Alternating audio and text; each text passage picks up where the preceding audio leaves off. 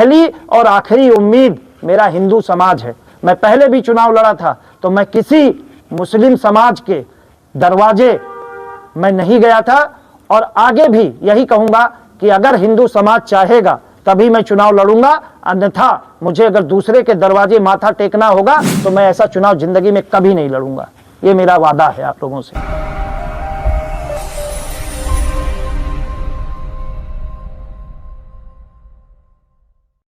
आदिपुर ग्राम पंचायत में है और हमारे साथ बैठे हुए हैं विनय सिंह राजपूत। वही विनय सिंह राजपूत जो हर मुद्दे की बात करते हैं, गरीब जनता की आवाज़ उठाते हैं, शोषणवादी नेता। इनकी पत्नी शशि सिंह राजपूत पूरे ढलाई से जिला पंचायत सदस्य भी हैं। ये भी कई संगठन, हिंदू संगठन में जुड़े हुए हैं। और आइए सीधा बात करते हैं। स्वागत है हमारे चैनल द अमर टॉक पर। आप क्या कहना चाहेंगे? अमर भाई बहुत बहुत धन्यवाद, आभार आपका। जैसा कि आपने बताया, मेरा नाम पहले बता दूं, मैं विनय सिंह राजपूत मेरा नाम है और मैं 2017 से समाज के बीच में आया हूं। जब से आया हूं तब से निरंतर समाज के हित के लिए, अपने हिंदू समाज के हित के लिए निरंतर कार्य कर रहा हूं। जहां पर भी कोई लव जिहाद का मुद्दा है, धर्मांतरण का मुद्दा है और मेरे संज्ञान में आता है तो स्वतः पीड़ा होती है। हमें बस पता चलने की ज़रूरत होती है, हमें कोई आमंत्रण की आवश्यकता नहीं होती। हमें पता चले कि समाज में इस तरह की घटना घटित हुई है तो मैं स्वतः वहाँ पहुँच के और जो बन पड़ता है अपने हिंदू समाज के साथ खड़ा होता हूँ और उसको अंतिम पड़ाव तक पहुँचाता हूँ। ये मेरा स्वभाव है। ये नहीं कि किसी मुद्दे में पढ़ के पॉपुलैरिटी बटोरना, ये मेरा काम नहीं है। मैं जब भी जिस भी मुद्दे में जो भी हमारे साथ जुड़े हैं, समाज के लोग जुड़े हैं, वो जानते हैं कि विनय सिंह राजपूत अगर किसी मुद्दे में पड़े हैं तो उस मुद्दे को अंत तक लेकर गए हैं, अन्यथा मुझे रात को नींद नहीं आती है जब तक उसको अंजाम तक नहीं पहुंचाता हूं। जी, हिंदू लड़कियों के साथ शोषण हो रहा है। लोग इंस्टाग्राम पर बातचीत करते हैं, लड़कियों को टारगेट करते हैं, ऐसा भी कई मुद्दे आए हैं। इस पर क्या कहेंगे आप?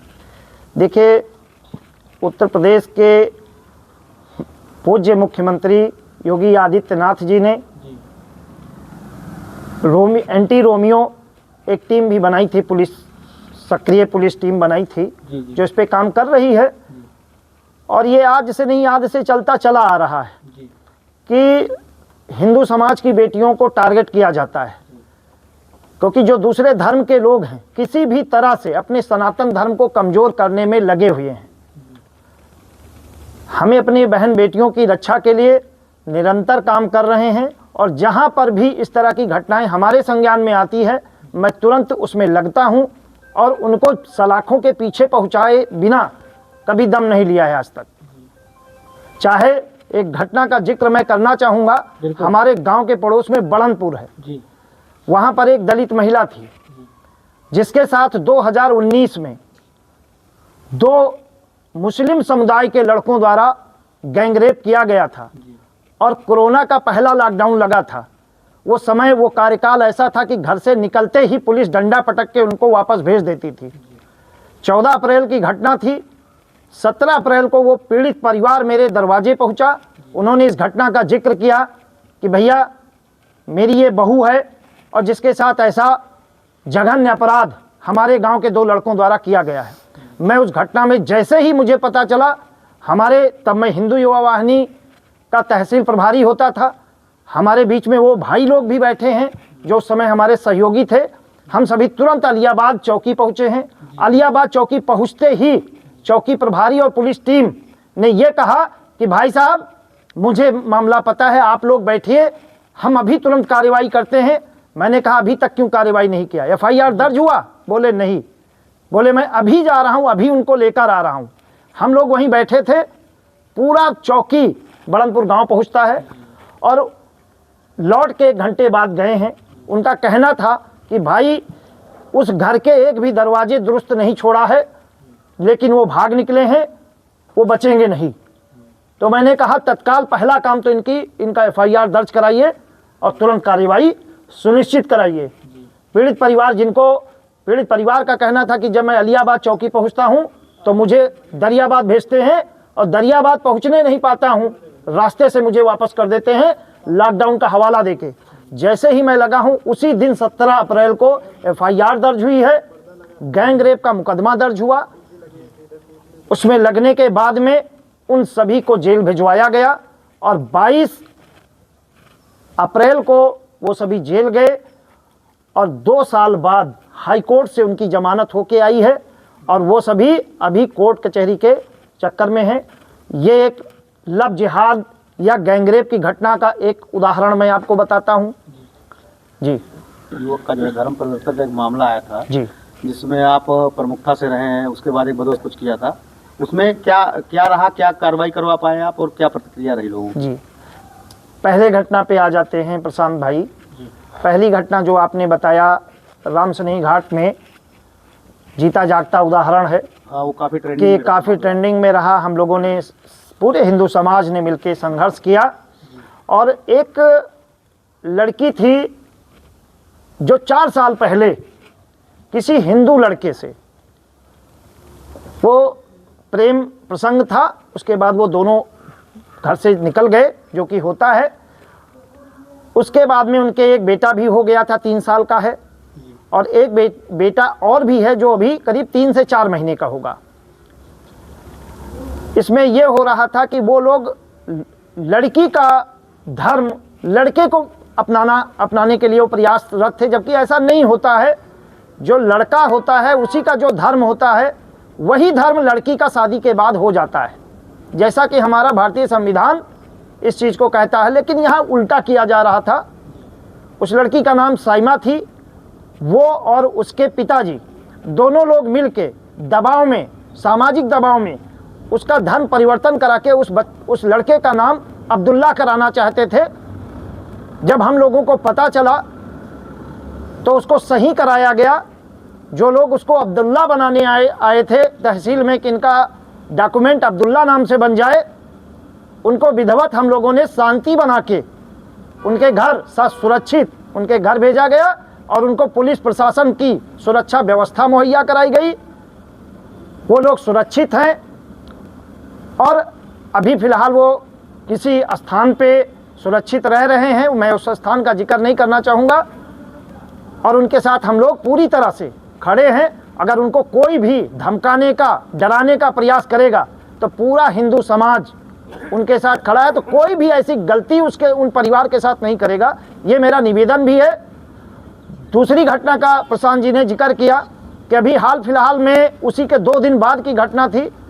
एक लड़की, एक डिग्री कॉलेज है, सीता देवी डिग्री कॉलेज बदोसराय के पास, वहाँ वो लड़की स्कूल पढ़ने गई थी और वहाँ पर किसी मुस्लिम समुदाय के लड़के द्वारा उसको अपहरण करने का प्रयास किया गया,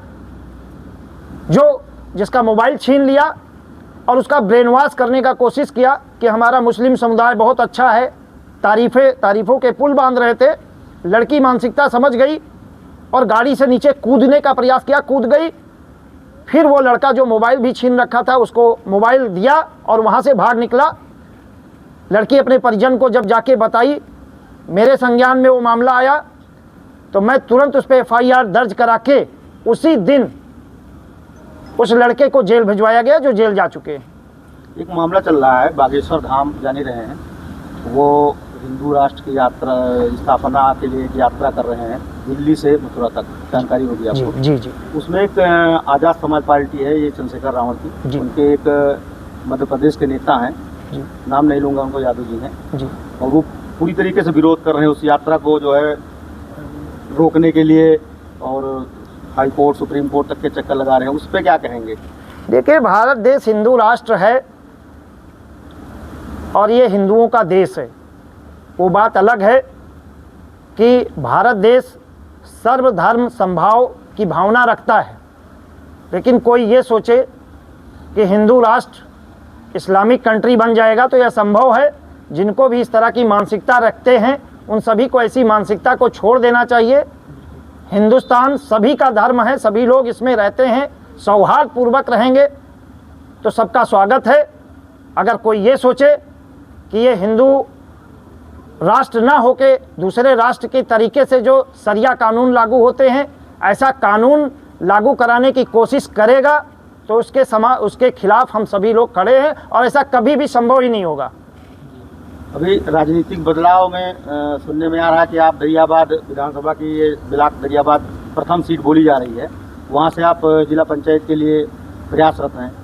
इसमें क्या बताएंगे और क्या जो है उस पर्टिकुलर जगह की क्या समस्याएं हैं और वहाँ पे क्या आगे विकास कार्य करेंगे अगर आप भावी जो है आगे जिला पंचायत सदस्य होते हैं तो? देखिए, जब तक अभी आरक्षण क्लियर नहीं हो जाता है तब तक मैं ये कह पाने में खुद अपने आप को सक्षम नहीं पा रहा हूँ कि मैं किस सीट से चुनाव लड़ूंगा। इतना ज़रूर तय है कि मैं चुनाव जिला पंचायत मेरी धर्म पत्नी जी लड़ेंगी, इसमें कोई दो राय नहीं है, चुनाव लड़ेंगे जिला पंचायत का। आरक्षण क्लियर होने के बाद ही हम सीट के बारे में कह पाएंगे। और रह गया तैयारी की बात है, तो मैं चुनाव लड़ने के लिए कभी तैयारी नहीं किया हूँ। हमारे जो सहयोगी रहे हैं, जो हमारे साथ काम किए हैं, हमने जब हिंदू युवा वाहिनी में काम करना शुरू किया था तो अपने हिंदू समाज के लिए काम करना सिर्फ शुरू किया था, लोगों के लिए मदद के लिए खड़ा होता था। जैसे अभी 2019 की घटना का जिक्र किया, 2021 में चुनाव था, लेकिन कहीं से कहीं तक मुझे चुनाव लड़ने का कोई मन नहीं था। लेकिन जब चुनाव आया तो वही होता है कि जब आप समाज में अच्छा काम कर रहे होते हैं तो समाज की नज़रें कुछ अपने आप ये हो जाता है कि अगले को अगले पायदान पे अगर ले जाया जाए तो इससे समाज का कहीं ना कहीं भला होगा। तो 2021 में भी चुनाव लड़ने का कोई इरादा नहीं था। मैं समाज के लिए निरंतर काम कर रहा था और उसी पैटर्न पे आज तक काम कर रहा हूँ। जिला पंचायत बनने के बाद मेरे व्यवहार में कोई बदलाव नहीं आया है, क्योंकि अगर एक राजनीतिक व्यक्ति होता है तो जो काम मैं कर जाता हूँ क्योंकि वो मेरे खून में है। अगर वो राजनीतिक व्यक्ति होता तो जो जितनी घटनाओं का हम जिक्र करें, चाहे वो अफीफा रेस्टोरेंट जो 5 दिसंबर को घटना हुई थी 2024 में, जहां एक 14 साल के बच्चे का खतना करा दिया गया था और मुझे वो चीज़ जानने के बाद बर्दाश्त नहीं हुआ। वो एक रेस्टोरेंट में उस नौकरी करता था, वहीं पर वहां के लोगों ने, जो मुस्लिम का रेस्टोरेंट था अफीफा रेस्टोरेंट, उसका खतना करा दिए थे, उसका धर्म परिवर्तन करा दिए थे। और जब मुझे जानकारी मिला तो विश्वास मानिए मैं अकेला था और जाके उसको उनके रेस्टोरेंट से निकाल के लाके अपनी गाड़ी में जिस तरह बैठा के ले गया था, मेरे हो सकता है कि वो लोग मेरे पे आक्रामक हो जाते तो मेरी जान भी जा सकती थी। लेकिन मैं कभी भी डर के किसी भी मुद्दे में नहीं पड़ता हूँ और मैं 200 साल जीने के लिए पैदा नहीं हुआ हूँ। मेरी ज़िंदगी 60, 65 साल, 70 साल से ज़्यादा नहीं है, किसी की नहीं होती है तो मेरी क्या होगी। हो सकता है कि ऐसे कामों के द्वारा मेरी ज़िंदगी 10-5 साल कम हो जाए, कोई फ़र्क नहीं पड़ता, लेकिन जब तक जिंदा हूँ अपने हिंदू समाज के लिए काम कर रहा हूँ, करता रहूँगा, ये मेरी धारणा है। और चुनाव को रहकर मैं चुनाव की तैयारी नहीं करता हूँ, पहले भी चुनाव की तैयारी नहीं किया हूँ। हमारे सामने भाई लोग बैठे हैं, ये लोग गवाह हैं। चुनाव आरक्षण 2 बार क्लियर हुआ, एक बार सामान्य आया, फिर कोर्ट में मामला जाने के बाद ओबीसी सीट हो गई। ओबीसी सीट हो गई तो मैंने अपने किसी सहयोगी को आगे बढ़ाया कि आप चुनाव लड़ो। फिर से सीट सामान्य हुआ, सभी भाइयों ने कहा नहीं विनय भैया अगर आप चुनाव लड़ेंगे तो चुनाव जीता जाएगा। जब वो लोग नहीं माने तब मैं चुनाव मैदान में उतरा हूँ और मुश्किल से 1 महीने में चुनाव लड़ा हूँ। और आप लोगों के सामने रिजल्ट था, एक से एक धुरंधर मेरे सामने चुनाव लड़ रहे थे। मेरे कार्यकर्ता ही मेरी ताकत हैं, वो लोग मेहनत से मुझे चुनाव लड़ाए और आप लोगों के बीच में चुनाव जीत के आया। और निरंतर मैं जनहित के काम में लगा रहता हूँ। विकास की अगर हम बात करें तो दरियाबाद ब्लॉक में जितना जिला पंचायत क्षेत्र में मेरे काम हुआ है, दरियाबाद ब्लॉक में कोई जिला पंचायत हमारे सामने आ जाए और कह दे कि उन्होंने काम कराया है। मैं स्वयं का काम कराया हूं और बाराबंकी के जिला पंचायतों को काम दिलाने का भी काम किया हूं। मैं पहली बार ऑन रिकॉर्ड ये बात कर रहा हूं, क्योंकि जब जिला पंचायत बन के मैं ज़िले में जाके बैठा तो उस समय मैंने देखा कि जिला पंचायत में जिस स्तर का भ्रष्टाचार व्याप्त है, लोगों की सुनवाई नहीं हो रही थी। तो हम लोगों ने कहा कि ऐसे कैसे हो सकता है, हम लोगों के बड़ी उम्मीदें हैं, जनता में उम्मीदें हैं कि हम काम कराएंगे, क्षेत्र का विकास करेंगे, और यहाँ तो बंदर बांट चल रहा है। तो मैं स्वयं ने आगे बढ़ के जिला पंचायत संघ बाराबंकी की नींव रखा, जिसमें आज की तारीख में 57 में से 37 जिला पंचायत हमारे संघ के सदस्य हैं और हम लोगों ने मिलके संघ की लड़ाई लड़ी। और जब भी किसी के साथ भी अन्याय हुआ, मैं अपनी बात नहीं कर रहा हूँ, पूरे जिला पंचायत की बात कर रहा हूँ, आप मुझसे नहीं मेरे जिला पंचायत साथियों से इस बारे में चर्चा कर सकते हैं, तो वो लोग बताएंगे कि विनय सिंह ने पूरे जिला पंचायत की कैसे लड़ाई लड़ी, धरना प्रदर्शन कराया, लग के लोगों को काम दिलाया, अपने क्षेत्र के लिए भी काम लेकर आया, हर ग्राम सभा में एक एक दो दो काम कराया जहां से जिला पंचायत मैं जीता हूं। हमारे बीच में ब्रजेश भाई बैठे हैं, बहरौली से हैं, किन्हौरा ग्राम सभा आपका है। पहला नाला मैंने 35 लाख रुपए का वो नाला पास कराया। डिग्गी धाम से मेरी आस्था का, वहीं से मेरा लोगों ने समर्थन किया। डिग्गी धाम घाट तक जाने के लिए रास्ता नहीं था, डिग्गी धाम जाने तक सीसी रोड का निर्माण कराया। महदीपुर से आल्हनमऊ रोड है, 25 साल पहले बेनी प्रसाद वर्मा जी ने उस सड़क को बनवाया था, उसके बाद में दोबारा उस पर डामर नहीं पड़ा था, गिट्टियां सब उखड़ गई थी। वहां जब पहुंचा था तो लोगों ने मुझसे कहा कि भैया अगर जिला पंचायत आप जीत जाएंगे तो मेरी ये सड़क बनवा देना। जीतने के बाद पहली सड़क हमारी महदीपुर आल्हनमऊ रोड बनी थी। अगर आप उधर जाएंगे तो लोग इस चीज़ की सराहना करते हैं। उसके थोड़ा सा आगे बढ़िए, खमोली गांव है। खमोली गांव में 2 तालाब हैं, एक बीच गांव है और एक दूसरे बीच गांव के उधर दूसरे साइड में है। जब भी बारिश होती थी तो तालाब का पानी सड़क पे भर जाता था, कोई भी 4 व्हीलर वाहन नहीं निकल सकता, पैदल लोग पानी में पिल के जाते थे। वहाँ के लोगों से भी मैंने वादा किया था कि मैं अपने कार्यकाल में आपके गांव की जल भराव की समस्या पूरा कराऊंगा। 50 लाख रुपए का भी काम पूरा हुआ है पिछले साल में। और एक तालाब से दूसरे तालाब तक नाला पास कराया, दूसरा कोई होता तो वहीं पर वो हो जाता। मैंने कहा नहीं, यहाँ पर समस्या समाधान नहीं हो रहा है, क्या हो सकता है। जय ने बोला कि अगर इस तालाब से झील तक अगर एक नाला और बन जाएगा तब पानी निकल पाएगा। मैंने कहा बनाओ। बोले भैया बहुत पैसा लगेगा। मैंने कहा कोई बात नहीं, मेरा सारा बजट अगर इस गांव में लग जाए लेकिन इस गांव के लोग संतुष्ट हो जाए। आज खमोली गांव जाइए, विनय सिंह राजपूत का नाम लीजिए, वहाँ लोग वाह वाह करेंगे कि हाँ जिला पंचायत तो बहुत आए लेकिन विनय सिंह राजपूत जैसा जिला पंचायत नहीं आया। आगे बढ़िए, महदीपुर आल्हनमऊ, महदी सीवा गांव से फत्तापुर कला गांव के लिए खड़ंजा रोड थी, उसका डामर रोड निर्माण मेरे द्वारा कराया गया। थोड़ा सा और आगे बढ़ेंगे, मंगूपुर गांव है, वहाँ के लोगों का कहना था कि गांव के लिए जाने के लिए एक चक्रोड था, रास्ता नहीं था, वो खड़ंजा रोड बनवाया। सराही गांव जाइए, सराही गांव की स्थिति ये थी, अगर आप लोग गए हों, वहाँ की स्थिति कंचनपुर से सराही गांव जाने के लिए डामर रोड था, लेकिन डामर रोड नाम का था, रोड नहीं बची थी। आज वो डामर रोड बन के कंप्लीट है। कंचनपुर से सराही गांव जाने के लिए खड़ंजा रोड था, कम से कम 1000 किसान थे जिनका कहना था कि भैया ट्रैक्टर बरसात के मौसम में फंस जाता है, गन्ना की खेती नहीं कर पा रहे थे। उस गांव के लिए 1.5 किलोमीटर का खड़ंजा रोड बनवाया। सराही गांव में ही, सराही गांव के स्कूल से लेकर सराही झील तक आरसीसी नाला निर्माण का कार्य पूरा कराया। इसके बाद में हमारे ग्राम सभा के पास में ही पड़ता है बालपुरवा गांव है। बालपुरवा गांव से जीतपुरवा के किसानों को गन्ना लेकर जाने के लिए अलियाबाद में आप सभी को पता है कि मंदिर एक है, नीम का पेड़ है और वहाँ पर डाइवर्जन गन्ने की लदी ट्राली नहीं घूम पाती है, तो उधर के जितने भी किसान हैं उनको ट्राली लेकर जाने के लिए एकमात्र रास्ता यही बचता था, जो चक्रोड था। दिक्कत होती थी, बारिश वारिश हो जाती थी। वो सड़क अभी बना के मैंने बालपुरवा से जीतपुरवा गांव तक मिलाया और जीतपुरवा से फिर मैंने रहीमापुर के डामर रोड में भी उस रोड को मिलाने का काम किया। हमारे गांव में एक जल भराव की समस्या रहती थी, सब लोग कहे, मेरा ग्राम सभा भी नहीं था हमारे चुनावी क्षेत्र में, लेकिन मैंने निवेदन किया अपने जिला पंचायत अध्यक्ष जी को, तो उन्होंने कहा नहीं बिल्कुल आप बिल्कुल बनवाइए। अभी मैंने एक नाला बना के कंप्लीट किया है। ग्राम सभा में ही एक सीसी रोड हमने गांव में पास कराया है। एक बबुआपुर गांव से बेलहरी गांव तक एक खड़ंजा रोड का निर्माण हमारे द्वारा किया जा चुका है। अभी जो नए टेंडर निकले हैं उसमें बबुआपुर गांव से डिग्गी रोड, जो अलियाबाद रोड है, वहां तक बहुत बड़ा नाला आरसीसी नाला बनने जा रहा है। रेवढ़ा गांव में एक नाला पास करा दिया है, वो बनने जा रहा है।